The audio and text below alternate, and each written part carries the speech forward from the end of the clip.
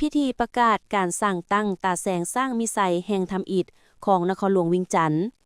พิธีประกาศการสร้างตั้งตาแสงสร้างมิไซเมืองไซธานี นครหลวงวิงจันทน์จัดขึ้นวันที่ 31 ธันวาคม 2025 ที่บ้าน นาโงม เมืองไซธานี นครหลวงวิงจันทน์โดยมีท่าน อาจสะพังทองศรีพันดอน เจ้าของนครหลวงวิงจันทน์พร้อมด้วยบรรดาสหายคณะประจำพรรคนครหลวงวิงจันทน์สมาชิกสภาประชาชนนครหลวงวิงจันทน์กรรมการพรรคนครหลวง หัวหน้าห้องหัวหน้าแผนกการ องค์การกรมกอง อ้อมข้างนครหลวงวิงจันทน์การนำของเมือง บ้าน และพ่อแม่ประชาชนเข้าร่วม ในพิธีท่านศิลปากร พรหมไสศรีประธานคณะกรรมการปกครองเมืองไซธานี ได้รายงานให้ฮู้ว่า ตาแสงสร้างมิไซเมืองไซธานี นครหลวงวิงจันทน์เป็นตาแสงที่ได้รับการสร้างตั้งขึ้น เป็นตาแสงทำอิฐของนครหลวงวิงจันทน์การสร้างตั้งตาแสงก็เพื่อการจัดระบบการบริหารรัฐ และการปกครองของรัฐให้เป็นการบริหารรัฐโดยพนักงานสังกัดเป็นผู้บริหารโดยกงการบริหารรัฐและการปกครองโดยรวมแล้วแม่นปฏิบัติตามทิศของพรรคและรัฐบาลที่สมาชิกสภาแห่งชาติได้รับพ้องเอารัฐธรรมนูญฉบับปรับปรุงปี 2025 และกฎหมายการปกครองท้องถิ่นฉบับปรับปรุงปี 2025 โดยกำหนดเอาการปกครองท้องถิ่นออกเป็น 3 ขั้นคือขั้นแขวงประกอบมีนครหลวงและแขวงขั้นเมืองประกอบมีเมืองและนครขั้นตาแสงประกอบมีตาแสงส่วนบ้านแม่นเป็นหัวหน่วยชุมชนขึ้นกับตาแสงสร้างมิไซมีเนื้อที่ทั้งหมด 360.55 กิโลตารเมตรประกอบมี24บ้านจาก5กลุ่มคือกลุ่มทางอนมี1บ้านกลุ่มหาดเกียงมี9บ้านกลุ่มดงบังมี4บ้านกลุ่มห้วยเจียมมี2บ้านและกลุ่มบ้านสร้างมี8บ้านมีพลเมืองทั้งหมด 38,006 คนหญิง 19,117 คนมี 7,207 หลังคาเรือนและ504หน่วยจำนวน24บ้านมีบ้านไห่โพนไห่คำโพนโหงหาดเกียงหาดพระอินทร์โพนข้อนากุงทงมังคุด3บาทซ้ำบอนดวงบุตรดีนาแถท่าดินแดงเหนือใต้เวิร์นแทนท่าจำปาหัวขัวหัวนาขันทุงนาขายโพ้นแพงนางมเก่านาใหม่และบ้านนาตาลพร้อมทั้งผ่านข้อตกลงเลขที่202คปมสทนลงวันที่10 พฤศจิกายน 2025ว่าด้วยการแต่งตั้งประธานคณะกรรมการปกครองตาแสงสร้างมิไซเมืองไซธานีนครหลวงเวียงจันทน์ประธานคณะกรรมการปกครองเมืองไซธานีตกลงแต่งตั้งท่านจันศรีมีลาวงศ์กรรมการพรรคเมืองเป็นประธานคณะกรรมการปกครองตาแสงสร้างมิไซเมืองไซธานีนครหลวงเวียงจันทน์โอกาสเดียวกันท่านอาจสะพังทองศรีพันดอนได้กล่าวแสดงความย่องยอชมเชยต่อคณะพรรคองค์การปกครองนครหลวงเวียงจันทน์พร้อมทั้งคณะรับผิดชอบค้นคว้าการสร้างตั้งตาแสงซึ่งเป็นตาแสงทำอิฐของนครหลวงเวียงจันทน์และของสปป.ลาวคือว่าการสร้างตั้งตาแสงในระยะใหม่ของพรรคและรัฐบาลเฮานี้แม่นพวกเฮาก็ได้เพิ่นได้กำหนดอยู่ใน4จุดซุ้มใหญ่อันที่1ที่ว่าการบริการการปกครองนี่ตามรัฐธรรมนูญมาตรา86นี่แม่นการปกครองของสปป.ลาวพวกเฮามี3ขันก็สิเป็นขันนครหลวงแขวงขัน2ก็เป็นขันเมืองและขัน3เป็นตาแสงองค์การจัดตั้งบ้านแม่นองค์การจัดตั้งชุมชนอันนี้ถือว่าพวกเฮาได้เฮ็ดเวียกจุดซุ้มเหมือนกันประกอบพนักงานรัฐในการเป็นผู้บริหารโดยกงเพื่อให้ถูกต้องสอดคล้องกับระเบียบกฎหมายวางออกแต่แน่นอนว่าบางตาแสงอาจจะมีพลากรที่มีเหตุสัญญาเพื่อปฏิบัติหน้าที่ช่วยตาแสงอันนี้ในจุดพิเศษแต่ละตาแสงจะบ่คือกันพลากรพวกเฮาก็อาจจะบ่เกิน2-3โดยเป็นพนักงานที่เรียนรู้พนักงานที่จบระดับการศึกษาพนักงานหนุ่มน้อยเพื่อพวกเฮามาตรวจสอบอยู่ขั้นพื้นฐานโดยนำใส่เป็นพลากรของตาแสงจุดที่2ในการสร้างตั้งตาแสงก็แม่นเพื่อตัดทอนขั้นตอนอันหนึ่งแต่ละระยะองค์การปกครองพวกเฮาก็ได้แต่งตั้งคณะ พนักงานหันเอาพนักงานลงก่อสร้างหากฐานการเมืองก็ได้มีทั้งจัดสรรบุคลากรจัดสรรงบประมาณปฏิบัตินโยบายอันนี้ก็ถือว่าแม่นพวกเฮาได้ตัดฮ้อนขันหนึ่งออกตื่มเฮ็ดให้การลงก่อสร้างหากฐานก็สิไปรูปแบบใหม่โดยอาศัยกำลังแห่งของตาแสงเป็นต้นต่อจุดที่3นี้ก็สิแม่นการร่วมศูนย์ทางด้านกลไกทางด้านการบริหารการเงินงบประมาณระหว่างใน24บ้านก็คือตาแสงพวกเฮานี้จะเป็นการร่วมศูนย์เป็นการบริการทางด้านนิติกรรมผ่านระบบประตูเดียวอยู่ขันตาแสงไปตามติดกันความหนึ่งติงความต้องการของประชาชนจุดที่4นี้เป็นจุดที่สำคัญเป็นการสร้างตั้งตาแสงนี่เพื่อบริการประชาชนให้ทั่วถึงทันเวลาบริการให้มีความว่องไวสะดวกทันการและก็มีความยุติธรรมรวมทั้งการหันเป็นทันสมัยในการบริการประชาชนอยู่ขันหากฐานอันนี้เป็น4จิตใจใหญ่ที่ว่าพวกเฮาได้ดำเนินการเฉพาะบ้านของเฮานี้ก็เป็นองค์การปกครองที่ขึ้นกับตาแสงซึ่งเป็นบ้านเป็นการจัดตั้งชุมชนที่ประกอบด้วยหลายครัวเรือนตามกำหนดเขตแดนที่พวกเฮามีในปัจจุบันโดยการสีนำพาของเลขาภาคบ้านในการนำพาเพื่อจะสืบต่อในการจัดตั้งปฏิบัติแน่นอนกับว่าการปกครองบ้านนี้ก็จะเป็นการนำพาชุมชนในการจัดตั้งพันธุ์ขยายแนวทางนโยบายเข้าสู่ครัวเรือนตามทิศสีนำของตาแสงส่วนบรรดานิติกรรมทางด้านกฎหมายระเบียบการจะเป็นขันตาแสงเป็นผู้ดำเนินการและก็บริหารทางด้านงบประมาณในบ้านที่ขึ้นกับตาแสงบ้านที่เป็นหัวหน่วยชุมชนนี้นอกจากจะเฮ็ดเวียกการบริการแล้วก็ยังเป็นหน้าที่เป็นเสนาธิการให้แก่องค์การปกครองตาแสงเป็นผู้นำของชุมชนบ้านมีหน้าที่ปลุกระดมประชาชนเข้าร่วมในการกิจกรรมการพัฒนาหอบด้านเอาร่วมความสามัคคีกลุ่มครองความสงบจัดสรรความเป็นระเบียบเรียบร้อยภายในบ้านเป็นเสนาธิการให้แก่ตาแสงในการคุ้มครองติดตามเกี่ยวกับความสงบสุขความพัฒนาและพร้อมทั้งการแก้ไขข้อขัดแย้งขันบ้านเพื่อให้ประชาชนได้เข้าถึงในระบบการศึกษาสาธารณสุขขั้นพื้นฐานอยู่ขันบ้านโดยการพิจารณาการตกลงและการสีนำของขันตาแสงพร้อมกันในการสีนอนอยู่ในแผนพัฒนาของตาแสงในแต่ละตาแสงอันนั้นมันจิตใจใหญ่ที่พวกเขาได้ดำเนินการและก็จะต้องได้สืบต่อในการจัดตั้งปฏิบัติ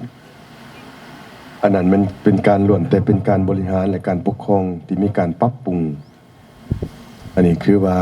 ถ้าพวกเขาหวนคืนไปกับการปกครองสปปลาวพวกเขาก็สิเป็น2ระยะหนึ่งก็สินับแต่75 59 11นี่ก็เป็นการปกครองที่มีตาแสงเวลานั้นอยู่นี่ก็สิมีตาแสงเนาะ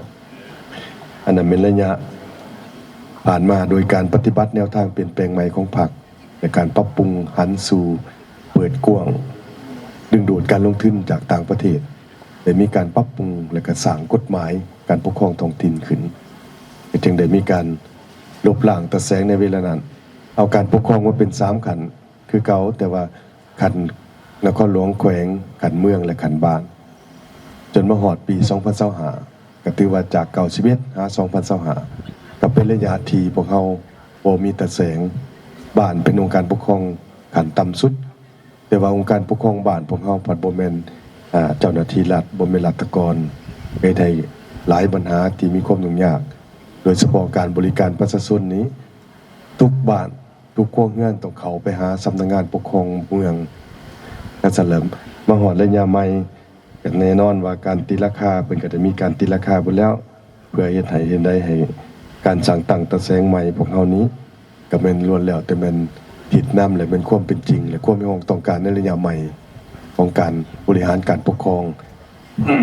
ซึ่งพวกเขาได้รับร้องและก็ปรับปรุงรัฐธรรมนูญและสรรเพื่อเป็นทิศทางในต่อหน้านี้ให้มีประสิทธิผลข้าพเจ้าก็ว่าเสนอว่าทุกภาคส่วนโดยเฉพาะองค์การปกครองเมืององค์การปกครองตาแสงและก็ชุมชนบ้านพวกเขาจะต้องเอาใจใส่ก็สิเริ่มจากการมอบหมายของให้ขันเมืองทุกแขนงการได้สุมใส่ในการเผยแผ่เสื่อมซึมในการสร้างตั้งตาแสงอยู่ภายในเมือง อันนี้เมืองพวกเขานี่เป็นตัวแบบแล้วกษันอีก4ตะแสงของเมืองไซธานีก็ต้องได้สุมใส่ในการจัดตั้งปฏิบัติให้มีผลสำเร็จตามแผนการจุดที่2นี้ก็เป็นสิเป็นการปรับปรุงเวียกงานภาคโดยสร้างตะแสงเป็นคณะภาคตะแสงบรรดาหน่วยภาคบ้านแม่นรักษาไว้คือเก่าคือว่าเลขาภาคบ้านยังเฮ็ดหน้าที่ตามกฎระเบียบของภาคกินกับการสีนำพาโดยกงขององค์คณะภาคเมืองในการสีนำพาของคณะภาคตะแสงจุดที่3นี้ก็เป็นเวียกราชนี้ก็แน่นอนว่าการปรับปรุงเวียกราชก็โดยเฉพาะการแบ่งความรับผิดชอบบรรดาหน้าเวียกระหว่างแผนกการของพวกเขานี่ต้องได้มีคำแนะนำมีคำอธิบายที่ชัดเจนต่อเวียกงานของแต่ละแขนงการอันใดขันเมืองเฮ็ดอันใดจะเหมาะเป็นตะแสงโดยกงเพื่อบ่ให้เวียกงานมีการซ้ำซ้อนแผนกการขันเมืองในนั้นก็แบ่งความรับผิดชอบให้เวียกระหว่างตะแสงกับป่านก็มีกลไกส่วนการบรรดานิติกรรมเอาใจว่าคือสิประมาณเท่าใด30บ่หรือ50กว่านิติกรรมที่ขันบ้านก็แม่นจะต้องได้มาเฮ็ดการบริการอยู่ขันตะแสงในการบริการประชาชนชุมชนกระชั้นในการคุ้มครองเก็บคืนบรรดาตาประทับบ้านก็เป็นความผิดชอบของขันเมืองใน24บาทที่จะต้องได้ดำเนินการพร้อมกันนั้นก็เป็นสุมใส่ในการจัดสรรงบประมาณให้บรรดาบ้านนะครับเพื่อพัฒนาพื้นฐานโครงสร้างบ้านพร้อมกันนั้นก็เวียกปฏิบัติของบ้านก็ยังได้สืบต่อของเวียกงาน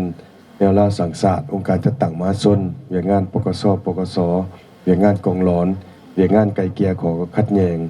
และรักษาความสงบความเป็นระเบียบเรียบร้อยความสะอาดสวยงามของแต่ละบ้านจุดที่4นี้ก็เป็นปฏิบัติระบบกลไกประสานงานตัวนี้ก็เป็นจุดสำคัญนั้นเวลานี้ประสานงานกันกับขันศูนย์กลางยังมีความจำเป็นเนาะเพื่อ